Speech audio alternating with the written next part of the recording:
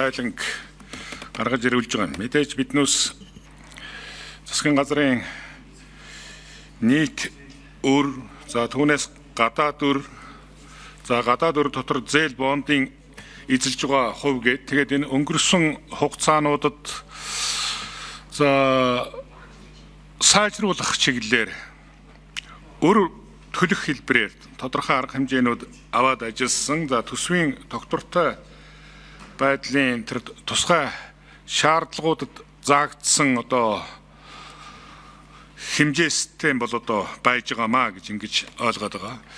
Тэгэхээр ер нь одоо энэ саяын 3 жилийн хугацаанд энэ стратегийг хэрэгжүүлэх явцад бидэнд анхаармаар зүйлсүүд ер нь юу байна гэж нэг.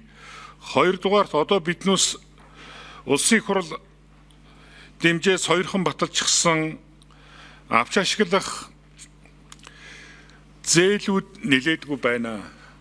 Энэ нь эдийн засгийн идэвхжилт өсөлтөнд нэлээд томоохон нөлөө үзүүлэх экспортын гол бүтээгдэхүүнүүдийн экспортын одоо дэд үтсийг сайжруулахтай холбоотой, за үндэсний аюулгүй байдлаа хангахтай холбоотой, эрчим хүч үйлдвэрлэлтэй холбоотой гэдэг юм уу?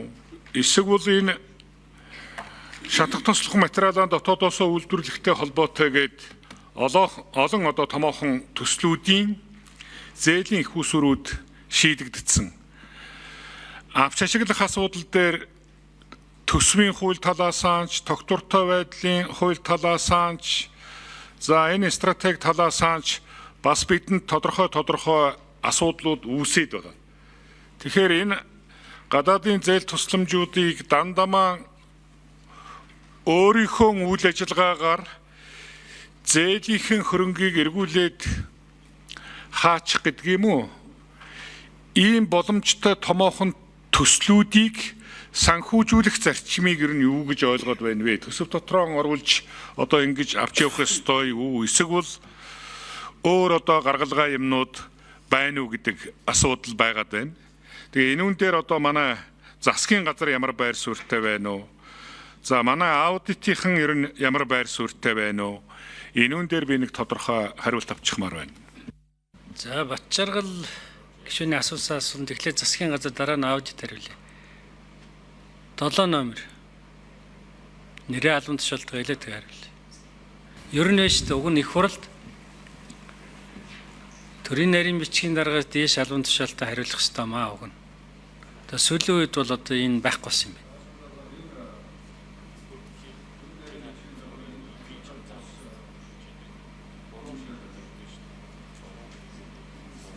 Ер нь тийм л болсон байна. Дандаа л нэг газрын дарга нар хариулээд яг гэвэл улс төрийн ямар нэг хариуцлага хүлээхгүй улсуудыг хариулуулахгүй байгаар уг их хурлын дэгд зохицуулсан байдаг байхгүй юу? Энэ их хурл чинь энэ за миний мэдэх нэг 20 жилийн хугацаанд бол бүр өндөрлөгөөс унсаар агаад ингээд дуусчих шиг байна дөө. Тэгэл нэг дуртай нь орж ирж хариулт өгч идэг ийм л болсон байна. Цаашдаа бас энэ дээр анхаараарэ. 7 номер. За та бүхэнд энэ өдрийн мэнд хүргэе. Сангийн яамны санхүүгийн бодлогын газрын дарга тулга байна.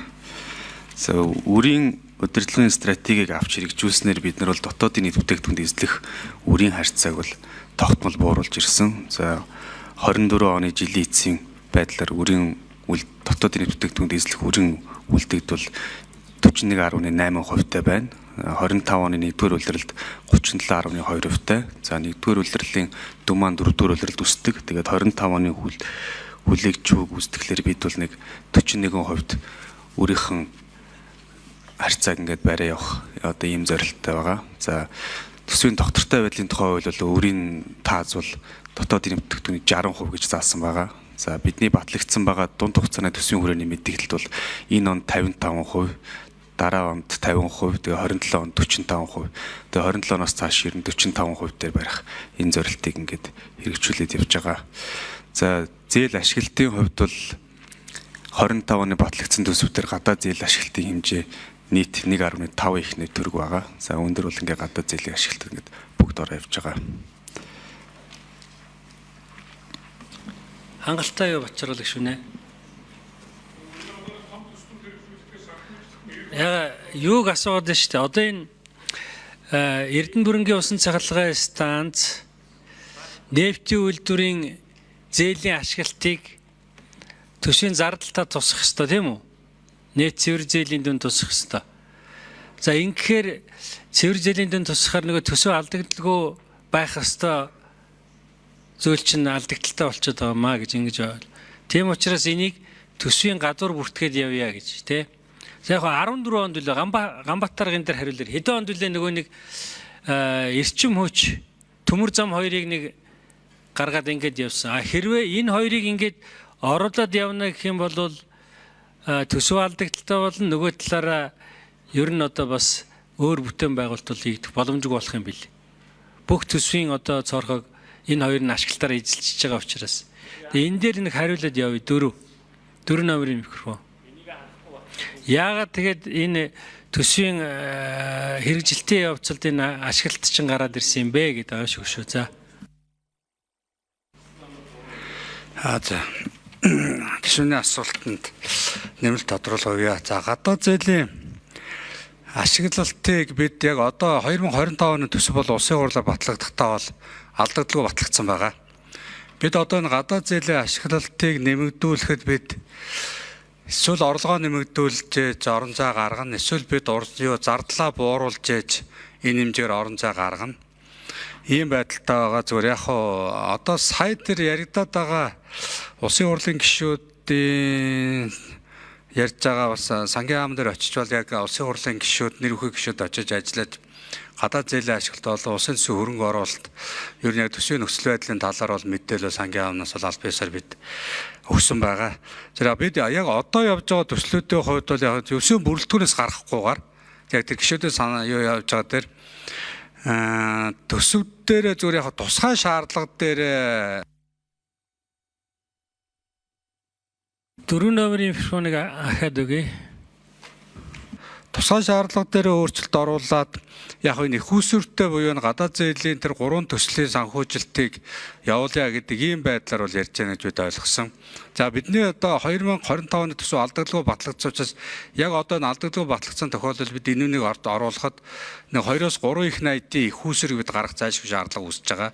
Одоо 2-оос 3 их найдаар бид нэр зардлаа бууруулж ээж энэ дүн санхүүжүүлэх ийм асуудал үүсэж байгаа. Гадаад зээлийн ашиглалт түрүүн таны хэлснээр нөгөө зардал талдаа дүн нь ороод тооцогддог учраас энэ бас төсвийн тэнцэл талдаа болон төсвийн тусгай шаардлагууд дээр нөлөөлөх ийм байдал үүсчээд байгаа. Өмнө нь 25 оны төсөв оруулж ирэхдээ тэгээ энийг яг тооцоогүй юм бэ гэдэг гişүүд гол одоо гişүүдийн дургуцаад байгаа нь тэр юм бил. Яагаад өмнө тооцоо гинт яагаад одоо энэ 2-3 их найдын энэ зээлийн ашиглалт энэ 3 зээл дээр гурван дээр нь яаж гарч ирээд байгаа юм? Алин дээр нь нефт дээр нь хэдий, эрдэнэ бүрэн дээр хэдий, сэлбэдэд төв дээр хэдий. Энийг нь тодорхой болгочихооч. Энийг бас жоохон өөр өнцгөөс бүр ингээ өрөө одоо замбрааг болгочиход байгаа юм шиг ингээ айц дөрүс нийгэмд нэг юм хаяад байгаа байхгүй юу? Зөвхөн бүтээн байгуулалтаа хийх юм уугүй юу гэдэг асуудлыг энэ дээр бол байгаа. За энэ дээр хариулъя 4. Яг энэ бид бол төсөвдөр бол гадаад зээлийн ашиглалт болон босод энэ томоохон төслүүдийн санхүүжилтийг шийдэхдээ өрөө нөгөө хуулиараа болон төсвийн тогтвортой хуулиар өрийг хязгаарлалтаараа бол бид тэрүүн дээр бол хайрцагтаад яг тэр хүрээнд бол багтаж байгаа. Энэ дээр бол өр дээр бол ямар нэгэн байдлаар өөрчлөлт бол орохгүй. Гол асуудал 2025 оны төсөв эхэл засгийн газраас өргөн баригдахдаа бол өрийн шалгуур үзүүлэлтүүдээс бол хасахгүй байгаа юм байна шүү дээ. Хасахгүй. Өрөө шаардлагууд бол яг одоо төсвийн л одоо тэр нэг ерөнхий үзүүлэлтүүд төсвийн алдагдал интерес. Тий, ер нь гол тийм болчиход байгаа. Өр дээр бол ямар нэгэн асуудал яг одоогийн байгаа хуулийн хүрээндээ тэр шаардлагуудын бүрэн хангаад бол явна. Энэ дээр л ямар нэгэн өөрчлөлт оруулах нөхцөл байдлуудын шаардлага үүсэхгүй. Гол асуудал 2025 оны төсөв улсын хурлаар батлагдахдаа алдагдaltaгүй төсөв батлагдсан. 2025 оны төсөв батлагдахдаа улсын хурал дээр алдагдaltaгүй батал. За 4 номерыг дахиад өгч. Энэ нэлийн нийгэм тийм эмзэг асуудал яваад байгаа учраас би тодорхой хариулт авъя гэдэг юм. За 4. Тэгээ алдагдaltaгүй батлагдсантай холбогдуулан яг энэ саяын тэр 3 төслийн санхүүжилт бол сая хэлцээрээ явсад ялангуяа тэр газрын тосны үйлдвэр дээр бид энтхийн талтай хэлцээрээгээд энэ зээлийн ашиглалтаа нэмэгдүүлэх байдал ингээд үүссэн. Эрдэнэбүрэнгийн цахилгаан станцаар бас мөн зээлийн ашиглалтыг нэмэгдүүлэх ийм шаардлагууд үүссэн учраас батлагдсан төсвүүдээр энүүнийг багтаах, энүүнийг яаж зохицуулах вэ гэдэг ийм асуудал үүсчихэд байгаа юм.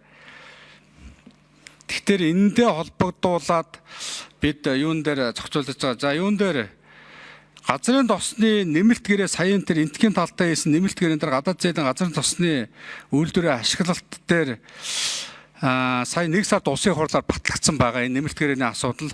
Энэ газрын тосны нэмэлт гэрээ улсын хурлаар батлагдсан гэрээгээр 700 сая $, гадаад зээлийн ашиглалтыг нэмэгдүүлэхээр ингэж болж байгаа.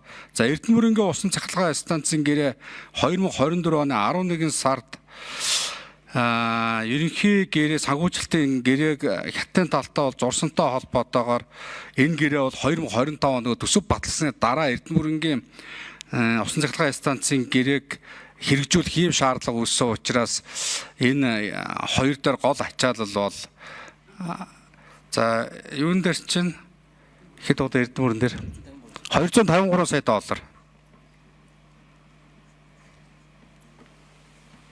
Нийтдээ зүгээр энэ хоёр дээр ихэд $1 тэрбум буюу 3 их 80 гаруй төгрөг юм биш үү? 3 их 80 гаруй юм байна. Тэгвэл хоёлоо яасан гэхээр нөгөө төсвийн дараа нөгөөх нь нөгөө энтхийн талтаа төсөв батлагдсны дараа шийдсэн. Саяхан нь бас төсөв батлагдсны дараа хятадын талтаа шийдэгдсэн. Ийм л хоёр асуудал болчиход байгаа юм байна шүү дээ, тийм үү? Тэгвэл энэ дээр нэг зүйлийг ялгаж ойлгомоор байна. Өрийн шалгуур үзүүлэлт дээр бол энэ тусаад явах юм байна, тийм үү? Тэ? Бүгд тусаад явна. Тэгэхээр өрн дээр бол одоо авч явах гэж байгаа юм алга юм байна. Зүгээр төсөвдөө багтаах тухай асуудал болчиход байгаа юм биш. Төсөв нөгөө тэнцэл нь алдагдaltaгүй гэж байгаа учраас. За Бачаргал гүшүүн тодруулъя. За өрийн удирдлагын тухай хуулиа хэрэгжүүлээд бас энэ амаргүй цаг хугацаанд өөрийнхөө нөхцлүүдийг сайжруулсан нэлээд гайгүй менежментүүдийг хэрэгжүүлсэн өнөөдөр төсөв дээр ирэх ачаалал юмнууд нь бас харьцангуй дарамтууд нь гайгүй байна гэж би бол ингэж үнэлээд хараад байгаа юм. Гэхдээ мэдсээр байж асуудлуудаа зохицуулах шийдлээ дэндүү хоцорч яваад байгаа юм биш үсттэй нөхдөө.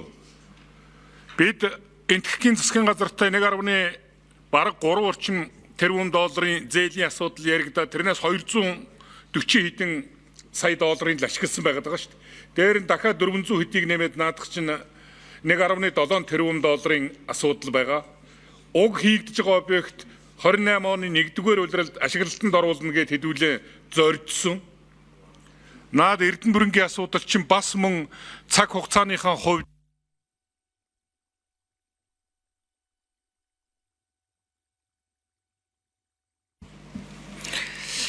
за Ганбатар хариулна. Энэ дээр биш үү? Ер нь бол зээлийн гэрээ батлагдаагүй байхад төсвийн ашиглалтан дээр тусгаад явах ямар ч боломж байхгүй хуулийнхаа хувьд. За нөгөө талаараа яг энэ чинь 25 оны төсөв дээр ярьж байгаасаа бид нар үнэхээр 700 сая 250 сая ашиглалт хийгдэх юм бол энэ чинь маш том бүтээн байгуулалт хийгдэх гэдэг чинь энэ үн юм уу?